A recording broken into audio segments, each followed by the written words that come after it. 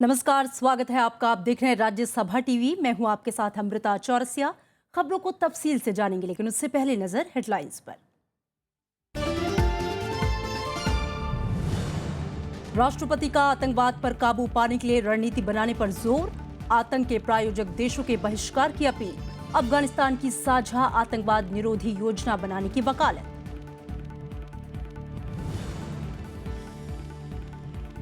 भारत और ब्रुनेई के बीच 3 अहम समझौते, रक्षा, स्वास्थ्य, युवा और खेल के क्षेत्र में सहयोग पर हस्ताक्षर। थाईलैंड के लिए आज रवाना होंगे उपराष्ट्रपति।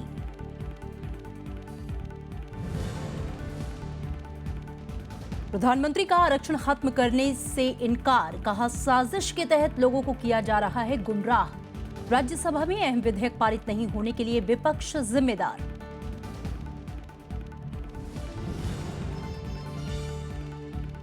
अमेरिका ने माना रूस बड़ी चुनौती। रक्षा मंत्री ने कहा रक्षा बजट में 2017 में 4 गुना बढ़ोतरी का रखेंगे प्रस्ताव। राष्ट्रपति ओबामा का यूरोप में सैन्य आधार मजबूत करने पर जोर।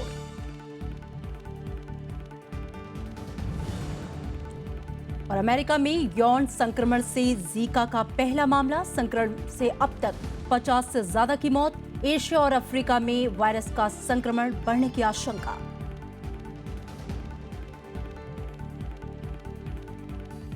राष्ट्रपति प्रणब मुखर्जी ने दुनिया के तमाम मुल्कों से आतंकवाद को प्रायोजित करने वाले देशों का बहिष्कार करने की अपील की है।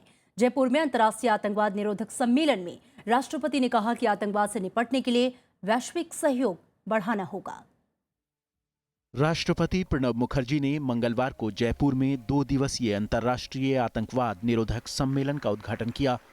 इस मौके पर उन्होंने वैश्विक समुदाय से ऐसे देशों का बहिष्कार करने की अपील की जो अपनी राजनीति के औजार के तौर पर आतंकवाद को समर्थन देते हैं।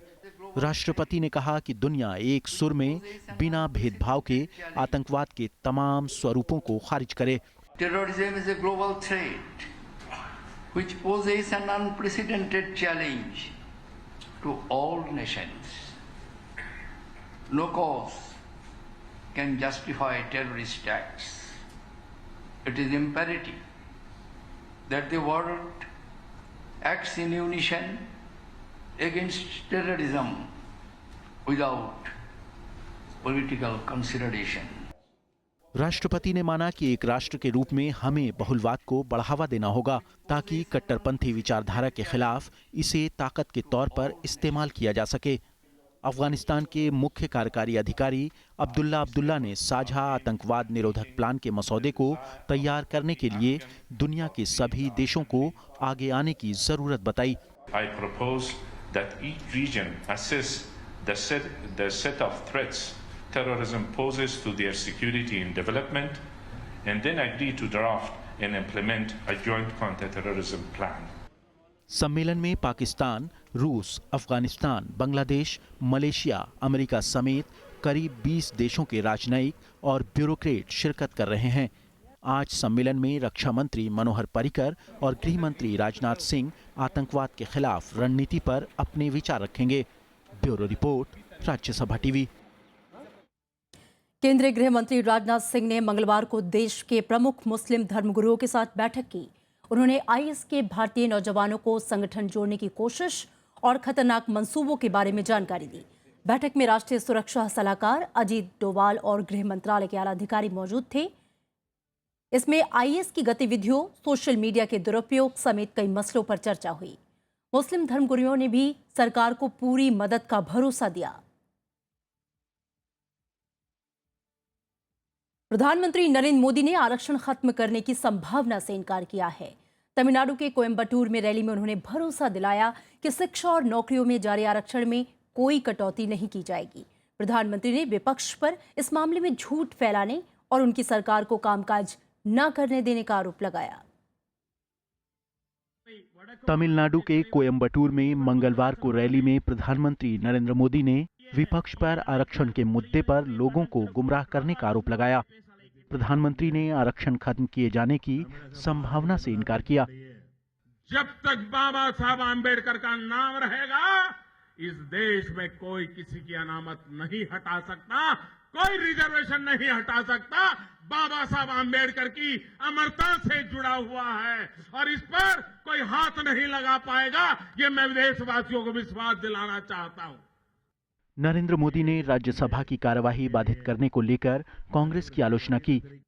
उन्होंने कहा कि विपक्षी पार्टी अब तक अपनी हार नहीं पचा पाई है और देश के विकास और गरीबों से जुड़े विधेयकों को पारित नहीं होने दे रही। गरीबों की भलाई के निर्णय राज्यसभा में अटके पड़े हुए हैं। क्या ये नकारात्मकता, ये विरोधवाद, आपकी राजनीति कुछ भी हो, लेकिन कम से कम देश के गरीबों को बांध में मत लो। प्रधानमंत्री नरेंद्र मोदी की रैली को तमिलनाडु में आगामी विधानसभा चुनाव के लिए बीजेपी के अभियान की तरह देखा जा रहा है, लेकिन प्रधानमंत्री ने रैली में स्थानीय राजनीति से कुछ भी बोलने से पूरी तरह परहेज किया। Bureau report, Rajya Sabha TV. PDP प्रमुख महबूबा मुफ्ती ने यह साफ कर दिया है कि जम्मू कश्मीर में सरकार का गठन तभी हो सकता है जब केंद्र राज्य के हालात को बेहतर बनाने के लिए ठोस भरोसा दे। उधर बीजेपी ने गठबंधन बरकरार रखने के पक्ष में भरोसा जताया है। राज्यपाल से मुलाकात के बाद बीजेपी ने कहा कि पीडीपी को पहले अपना नेता चुनना चाहिए। जम्मू कश्मीर में सरकार बनाने के मामले पर पीडीपी प्रमुख महबूबा मुफ्ती ने राज्यपाल एनएन वोहरा से मुलाकात की। मुलाकात के बाद महबूबा ने कहा कि राज्य में सरकार बनाने की पहल से पहले केंद्र सरकार को आपसी भरोसा कायम करना होगा, साथ ही राज्य की बेहतरी के लिए ठोस आश्वासन देना होगा। जम्मू कश्मीर की सिचुएशन को संभालने के लिए ये जरूरी है कि जो हमारे मुल्क की सरकार है वो पूरी तरह से हमारे पीछे खड़ी हो जाए और जम्मू कश्मीर के जो मुश्किलात हैं उनको दूर करे और अभी as a confidence building measure, यानी लोगों का एतमाद हासिल करने के लिए कुछ ऐसे मेजर्स उठाए। वहीं बीजेपी ने भी राज्यपाल से मुलाकात कर सरकार गठन से जुड़े मुद्दों को सुलझाने के लिए उनसे 10 दिन का वक्त मांगा है। बीजेपी ने स्पष्ट किया कि वो गठबंधन के पक्ष में है, लेकिन पीडीपी पहले अपना नेता चुने। हम लार्जली इसके फेवर में है कि अलायंस आगे बढ़े और जो नरेंद्र भाई मोदी और मुफ्ती साहब ने एक विजन लिया था जम्मू कश्मीर को लेते हुए, वो विजन को हम पूरा करें। लेकिन कॉन्स्टिट्यूशनल जो एक दिक्कत ये है कि जब तक पीडीपी वो अपना लीडर चुनेंगे और गवर्नर साहब को वो सरकार बनाने की तरफ आगे बढ़ेंगे, उसके बाद ही हम जो है हमारी तरफ से कॉन्स्टिट्यूशनली आगे बढ़ने की बात है। जम्मू कश्मीर के मुख्यमंत्री मुफ्ती मोहम्मद के निधन के बाद अब तक जम्मू कश्मीर में नई सरकार नहीं बन पाई है। फिलहाल राज्य में राज्यपाल शासन लागू है। प्रणव गोस्वामी, राज्यसभा टीवी। 1 अप्रैल से रोजगार गारंटी योजना मनरेगा की राशि भी सीधे हितग्राही के खाते में जाएगी। मंगलवार को योजना के 10 साल पूरे होने के मौके पर हुए सम्मेलन में वित्त मंत्री अरुण जेटली ने ये जानकारी दी। उन्होंने कहा कि केंद्र सरकार इस योजना में नई जान फूंकने की कोशिश कर रही है। दिल्ली के विज्ञान भवन में मनरेगा के 1 दशक के मौके पर अरुण जेटली ने कहा कि केंद्र सरकार ने तमाम आशंकाओं को दूर करते हुए मनरेगा के लिए न केवल बेहतर आवंटन किया है, बल्कि सबसे ज्यादा खर्च भी हो रहा है। नई सरकार ने केवल योजना को आगे ही नहीं बढ़ाया, लेकिन इस योजना के तहत दी जाने वाली जो धन संख्या थी उसमें भी वृद्धि की। ग्रामीण विकास मंत्री ने दावा किया कि बीते 18 महीनों में इसके कायाकल्प की कोशिशें की गई हैं। सूखा और आपदा प्रभावित इलाके में 100 दिन की जगह 150 दिन का काम दिया जा रहा है। 9 राज्यों में जहां भी हमारे को ये पता लगा कि राज्य सरकार ने कुछ जिलों में या कुछ तहसीलों में सूखे की स्थिति घोषित की है या प्राकृतिक आपदा आई है, वहां हमने उसी रोजगार को 100 दिन से बढ़ा के 150 दिन किया। 2 फरवरी 2006 को शुरू की गई मनरेगा के दायरे में 2008 से पूरा देश है, लेकिन इसमें बहुत सी खामियां अभी भी बरकरार हैं। फायदा तो होता है, लेकिन ये जो लोग अपने मजदूर लोग जो काम करते हैं नरेगा में, काम तो कर लेते हैं बेचारे, 2-2 महीने तक वो पीछे डोलते रहते हैं, 3 महीना लग जाता है, मजदूरी नहीं मिलती है समय पे। मनरेगा की शुरुआत से अब तक 3,13,000 करोड़ रुपए से ज्यादा खर्च हो चुके हैं। इसमें 71% रकम मजदूरी में खर्च हुई। मनरेगा से सबसे ज्यादा फायदा गरीब तबके की महिलाओं, दलितों और आदिवासियों को हुआ। अरविंद कुमार सिंह, राज्यसभा टीवी। उधर कांग्रेस उपाध्यक्ष राहुल गांधी ने मनरेगा को लेकर केंद्र सरकार पर पलटवार किया है।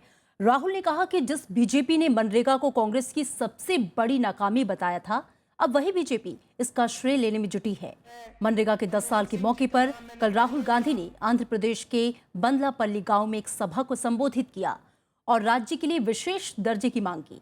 इसी गांव से 10 साल पहले पूर्व प्रधानमंत्री मनमोहन सिंह और कांग्रेस अध्यक्ष सोनिया गांधी ने मनरेगा की शुरुआत की थी।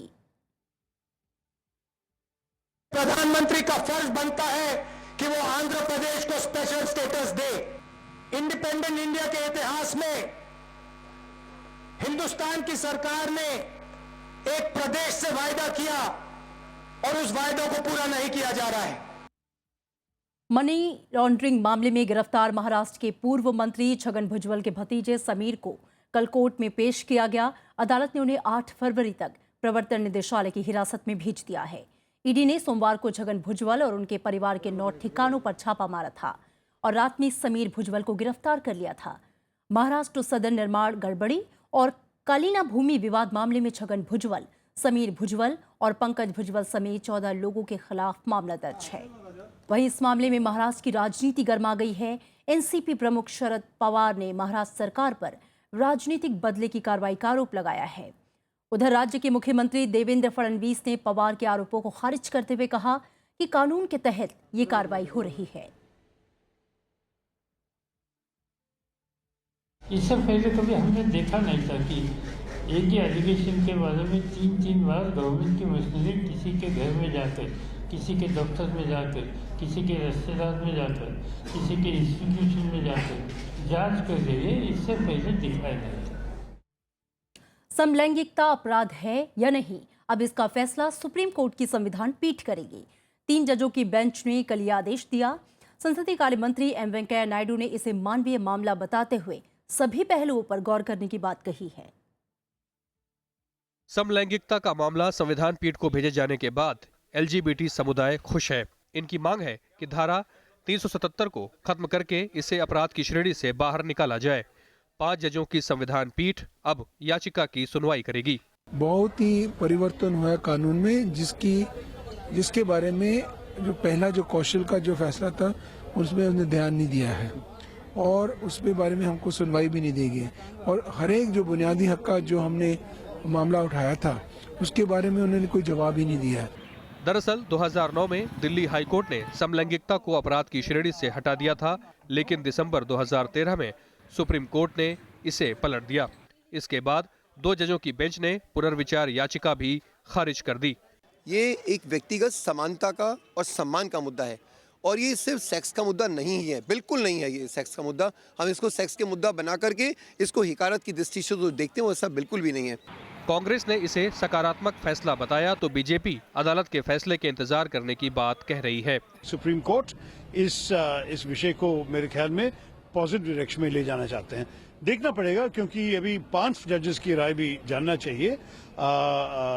आर्ग्यूमेंट्स होगा, चर्चे होंगे, लेकिन मुझे लग रहा है कि ये बहुत पॉजिटिव डेवलपमेंट देखा जाए। इस पर सुनवाई होगी और इस वक्त मुझे नहीं लगता है कि कोई टिप्पणी देना ये उचित नहीं होगा, क्योंकि अब माननीय सुप्रीम कोर्ट के सामने जब मसला आएगा तो वही अपना निर्णय सुनाएंगे। 2013 में ही सुप्रीम कोर्ट की दूसरी पीठ ने बड़ा फैसला सुनाते हुए ट्रांसजेंडरों को तीसरी श्रेणी में शामिल करने का आदेश दिया था। कोर्ट ने उन्हें ओबीसी के तहत आरक्षण और दूसरी सुविधाएं देने का निर्देश भी दिया था। रविंद्र सिंह शोरण, राज्यसभा टीवी। और दिल्ली में नगर निगम कर्मचारियों की हड़ताल का आज 8वां दिन है। लोगों को हो रही परेशानियों के बीच उपराज्यपाल नजीब जंग ने मुख्यमंत्री केजरीवाल से हड़ताल से संबंधित मुद्दों को सुलझाने को कहा है। उपराज्यपाल नजीब जंग ने मुख्यमंत्री और उप मुख्यमंत्री को लिखी चिट्ठी में कहा है कि एमसीडी में गंभीर वित्तीय संकट है और जल्द हालात नहीं सुधरे तो कानून व्यवस्था बिगड़ सकती है। उपराज्यपाल ने कहा कि राज्य सरकार नगर निगम के लिए कर्ज का दायरा बढ़ाए, जिससे कर्मचारियों के वेतन और बकाये का भुगतान हो सके। इससे हड़ताल खत्म होने का रास्ता खुलेगा। और इस बीच कल दिल्ली बीजेपी के नेताओं के साथ तीनों नगर निगम के मेयर ने उपराज्यपाल नजीब जंग से मुलाकात कर हस्तक्षेप की मांग की। वहीं कल डॉक्टर और टीचर्स भी प्रदर्शन में शामिल हुए।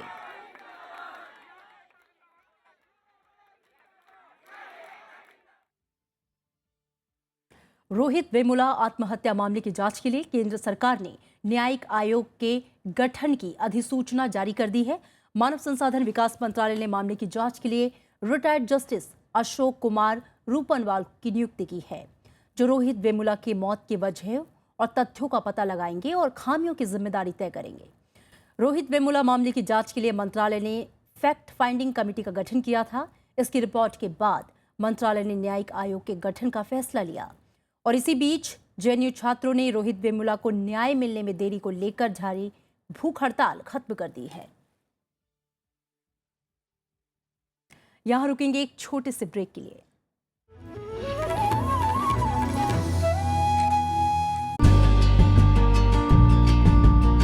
कलम के जरिए समाज में घटती घटनाओं को कहने का एक अलग नजरिया। समाज में विसंगति हर जगह है, जितना आप उस विसंगति को समझते हो। आप बहुत अच्छा अगर परिवार की विसंगति को समझते हो तो आप एक बहुत अच्छा कहानी लिख सकते हो रिलेशंस पर। मिलिए शख्सियत में मशहूर मारूफ व्यंग्यकार डॉक्टर ज्ञान चतुर्वेदी से, सिर्फ राज्यसभा टीवी पर।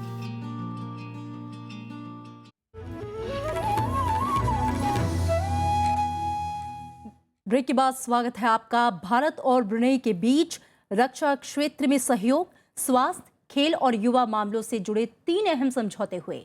राजधानी बंदर सेरी बेगवान में उपराष्ट्रपति मोहम्मद हामिद अंसारी की मौजूदगी में इन समझौतों पर सहमति बनी। इसके तहत दोनों देशों के बीच साझा सैन्य अभ्यास के साथ ही चिकित्सकों और खिलाड़ियों के आने जाने और काम करने की सहूलियत हासिल होगी। उपराष्ट्रपति मोहम्मद हामिद अंसारी ने यात्रा के दूसरे दिन ब्रुनेई के सुल्तान हसनाल बोलकिया से मुलाकात की। उपराष्ट्रपति की मौजूदगी में 3 अहम समझौतों पर सहमति बनी। इसके तहत दोनों देश आपसी और रक्षा क्षेत्र में सहयोग को बढ़ाएंगे। दोनों देशों की सेनाएं संयुक्त सैन्य अभ्यास में हिस्सा लेंगी और सेना के अधिकारियों को प्रशिक्षण भी दिया जाएगा। इसके अलावा स्वास्थ्य, खेल और युवा कल्याण के क्षेत्र में भी सहयोग को बढ़ावा दिया जाएगा। मेडिकल और स्वास्थ्य के क्षेत्र में भी सहयोग बढ़ेगा। 3 MOUs that were signed today, which you were witness to, the MOUs on health cooperation, defense cooperation, as well as the MOU on cooperation in youth and sports affairs. उपराष्ट्रपति राजधानी बंदरशेरी बागवान में प्रसिद्ध ओमर अली सैफुद्दीन मस्जिद भी गए। उनका ब्रुनेई का ये पहला उच्च स्तरीय दौरा है। ब्रुनेई में प्राकृतिक संसाधनों के साथ तरलीकृत नेचुरल गैस यानी LNG की भरपूर मात्रा है। भारत वहां साझेदारी के जरिए खाद की फैक्ट्री लगाने की संभावनाओं की भी तलाश कर रही है। आतंकवाद के खिलाफ सहयोग के मामले में भी ब्रुनेई का भारत के लिए रणनीतिक महत्व है। उपराष्ट्रपति ब्रुनेई के बाद थाईलैंड के लिए रवाना होंगे। इन दोनों दक्षिण पूर्वी एशियाई देशों का ये दौरा 5 फरवरी तक है। उपराष्ट्रपति हामिद अंसारी और ब्रुनेई के सुल्तान हाजी हसनल बोलकिया की मुलाकात इस भव्य महल में ही हुई। दोनों देशों के रिश्ते हमेशा से ही मधुर रहे हैं। भारत की ऊर्जा संबंधित जरूरतों को पूरा करने में ब्रुनेई का बड़ा योगदान है। कैमरामैन MS सुरेश के साथ दीप्ति वशिष्ठ, राज्यसभा टीवी के लिए ब्रुनेई से। उपराष्ट्रपति मोहम्मद हामिद अंसारी ने ब्रुनेई की राजधानी बंदर सेरी बेगवान में आयोजित एक कार्यक्रम में भारतीय समुदाय को संबोधित किया। उन्होंने भारत के पूर्वी देशों के साथ बेहतर रिश्तों पर जोर दिया। उन्होंने ब्रुनेई में भारतीय समुदाय के लोगों के योगदान की तारीफ की। आसियान में ब्रुनेई भारत का एक महत्वपूर्ण भागीदार है और उसकी ऊर्जा सुरक्षा में योगदान भी देता है। ब्रुनेई में भारतीय समुदाय के लोगों की संख्या करीब 10,000 है। The role that India would play along with other countries in Asia, all the countries in ASEAN, all the countries in Central and East Asia, countries in West Asia. In that role, governmental initiatives to build bridges, to ensure that initiatives reach the destination to which they should reach, are not lagging. And therefore, from what we called many years ago, look east policy. Syria में रूसी हवाई हमलों में तेजी के बाद Syria शांति वार्ता पर संकट मंडराने लगा है। विपक्ष का आरोप है कि रूस ने सोमवार सुबह के 270 बार अलेप्पो के पास बमबारी की। इसके बाद जहां विपक्ष ने जिनेवा में संयुक्त राष्ट्र के विशेष दूत के साथ बैठक रद्द कर दी तो सीरियाई सरकार ने वार्ता के लिए पूर्व शर्तों को मानने से ही इनकार कर दिया। और इस बीच अमेरिका ने रूस को हवाई हमले रोकने को कहा है। सीरियाई सेना ने मंगलवार को एलेप्पो के उत्तरी इलाके में नुबुल और अल ज़हरा गांव को विद्रोहियों से छुड़ाने का दावा किया। सीरियाई सरकार के मुताबिक रूसी हवाई हमलों से सेना को आगे बढ़ने में मदद मिल रही है, तो सीरियाई विद्रोहियों ने भी निर्णायक लड़ाई के लिए तैयार रहने की बात कही। लेकिन रूसी हवाई हमलों के बाद सीरियाई विपक्ष ने संयुक्त राष्ट्र के विशेष दूत के साथ बैठक रद्द कर दी। ऐसे में जेनेवा शांति वार्ता मुश्किल में पड़ गई है। In particular, Russia are determined to reject the UN's effort to implement international law. The regime's and Russia's actions gravely threaten the political process. जबकि सीरियाई सरकार के प्रतिनिधियों का कहना है कि विपक्ष के साथ औपचारिक वार्ता शुरू नहीं हुई है। सीरियाई सरकार ने वार्ता के लिए विपक्ष की पूर्व शर्तों को मानने से भी इनकार किया है।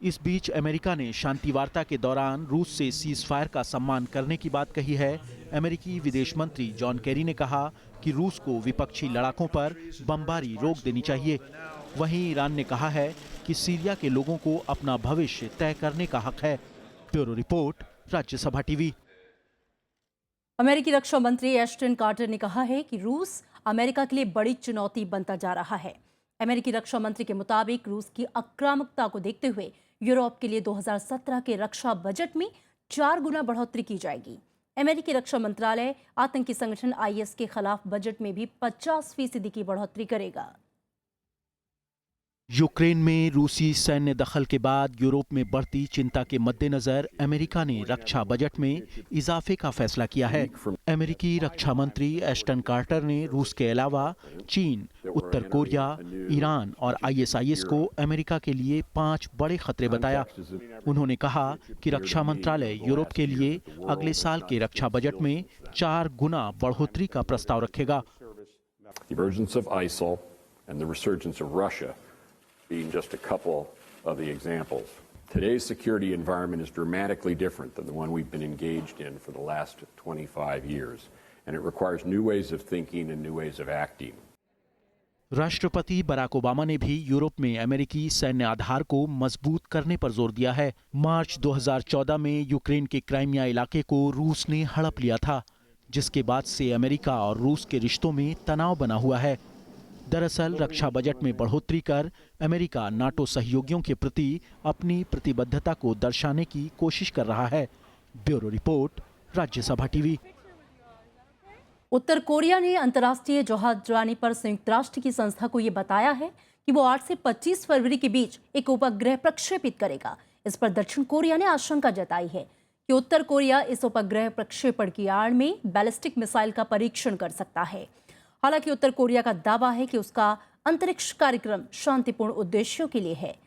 जापान के प्रधानमंत्री शिंजो आबे ने भी उत्तर कोरिया को ये प्रक्षेपण न करने की चेतावनी दी है। उधर अमेरिका ने कहा है कि अगर उत्तर कोरिया ये प्रक्षेपण करता है तो उसे नए प्रतिबंधों का सामना करना पड़ सकता है। Just a few weeks ago, they conducted a nuclear test that violated, through their basic international obligations, and carrying out a satellite launch like the one that has been discussed publicly would just be another destabilizing provocation. विश्व स्वास्थ्य संगठन यानी कि WHO ने कहा है कि Asia और अफ्रीका में जीका वायरस के संक्रमण का खतरा बढ़ गया है। WHO के मुताबिक ये वायरस ब्राजील समेत 23 देशों में फैल चुका है और इसके चलते अब तक 50 लोगों को अपनी जान गंवानी पड़ी। इससे पहले मंगलवार को WHO ने जीका वायरस से निपटने के लिए अंतर्राष्ट्रीय आपात स्थिति का ऐलान किया। इधर अमेरिका के टेक्सास में यौन संक्रमण के जरिए जीका वायरस का पहला मामला सामने आया। भारत सरकार ने जीका से बचने के लिए कई दिशा निर्देश जारी किए हैं। अमेरिका के टेक्सास में यौन संक्रमण के जरिए जीका वायरस का पहला मामला सामने आया है। अभी तक एडीज इजिप्टी नाम के मच्छर को ही जीका संक्रमण फैलने के लिए जिम्मेदार माना जाता था। इधर WHO ने कहा है कि इस साल के आखिर तक जीका के 40 लाख मामले सामने आ सकते हैं।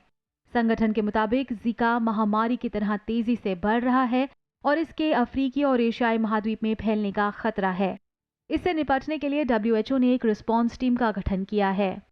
To have a chart with microcephaly and to have a 10-fold increase in numbers and the potential for spread, not just across Latin America, but into Africa, into Asia, which have the highest birth rates in the world, we believe is a matter of public health concern and constitutes an international emergency. Bharat में इस बीमारी को फैलने से रोकने के लिए संयुक्त निगरानी समूह बनाया गया है। सरकार ने गर्भवती महिलाओं को पीड़ित देशों की यात्रा नहीं करने की सलाह दी है। पीड़ित देशों से आने वालों को देश पहुंचते ही कस्टम विभाग के पास जाना होगा। सभी अंतर्राष्ट्रीय हवाई अड्डों और बंदरगाहों पर इस बीमारी के बारे में जानकारी दी जाएगी। जीका का अभी तक कोई टीका या इलाज उपलब्ध नहीं है और बीमारी की पहचान मुश्किल है। हालांकि जर्मनी में एक कंपनी ने इसकी सटीक पहचान करने का तरीका खोजने का दावा किया है। If you are going to use the serological test or so-called rapid test, you may not be able to detect Zika virus correctly. This is the reason we have developed a DNA test which is highly specific. If it will show you the results that it's a Zika virus inside. इस बीच Brazil ने health emergency का ऐलान किया है। हालांकि Brazil ने कहा है कि जीका की वजह से अगस्त में होने वाले रियो ओलंपिक रद्द नहीं किए जाएंगे। ब्राजील में अक्टूबर 2015 तक जीका संक्रमित लोगों की तादाद 4000 से ज्यादा थी। मेक्सिको और पेरू समेत कई देशों ने जीका संक्रमण फैलने से रोकने की कोशिशें तेज कर दी हैं। Bureau report, Rajya Sabha TV. Pakistan के जाने माने कहानीकार इंतजार हुसैन का मंगलवार को निधन हो गया। 93 साल के इंतजार हुसैन का जन्म 7 दिसंबर 1923 को उत्तर प्रदेश के डिबाई कस्बे में हुआ था। कुछ दिन पहले निमोनिया की शिकायत के बाद उन्हें लाहौर में एक अस्पताल में भर्ती कराया गया था। उन्हें उर्दू साहित्य के बड़े कहानीकारों में से एक माना जाता है। 2005 में उन्हें साहित्य अकादमी ने पहली प्रेमचंद फेलोशिप के लिए चुना था। इंतजार हुसैन ने पिछले साल राज्यसभा टीवी के कार्यक्रम शख्सियत में भी शिरकत की थी। आइए देखते हैं बातचीत के कुछ अंश। अरब से आई हुई कहानियाँ जैसे दास्तान अमीर हमजा है, फना है, और फिर अजम से आई हुई कहानियाँ जो हैं, ये इनको देख रहा था तो मैं कदीम हिंदुस्तान की रिवायत, कथा कहानी की जो रिवायत है उसमें निकल गया। तो मैंने कहा कि ये तो और जहान है, ये भी हमारी रिवायत का हिस्सा है। और अब वक्त है हेडलाइंस का।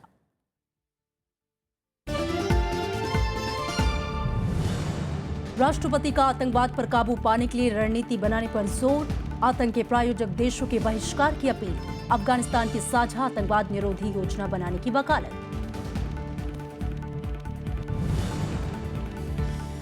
भारत और ब्रुनेई के बीच 3 अहम समझौते, रक्षा, स्वास्थ्य, युवा और खेल के क्षेत्र में सहयोग पर हस्ताक्षर।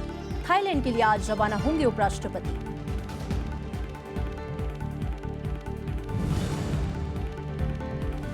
प्रधानमंत्री का आरक्षण खत्म करने से इनकार, कहा साजिश के तहत लोगों को किया जा रहा है गुमराह। राज्यसभा में अहम विधेयक पारित नहीं होने के लिए विपक्ष जिम्मेदार।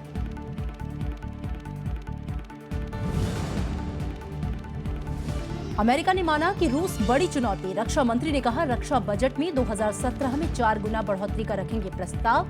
राष्ट्रपति ओबामा का यूरोप में सैन्य आधार मजबूत करने पर जोर।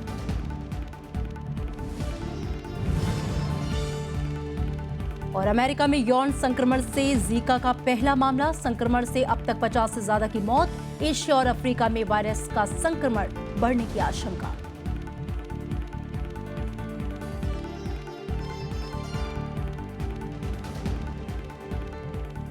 और फिलहाल खबरों में इतना ही। आगे देखिए देश शांत है।